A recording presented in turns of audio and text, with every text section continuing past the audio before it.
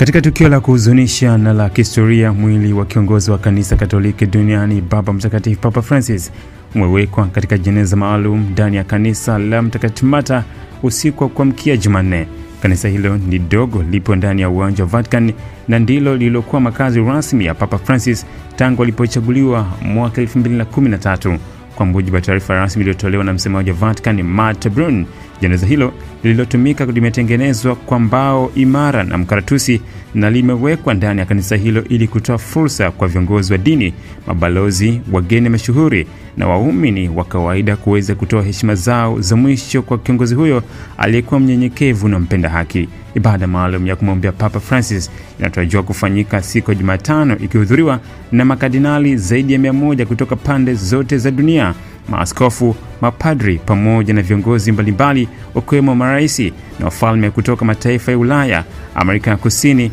Afrika na Asia. Ibada hiyo pia itahudhuriwa na viongozi wa dini nyingine kama ishara ya mshikamano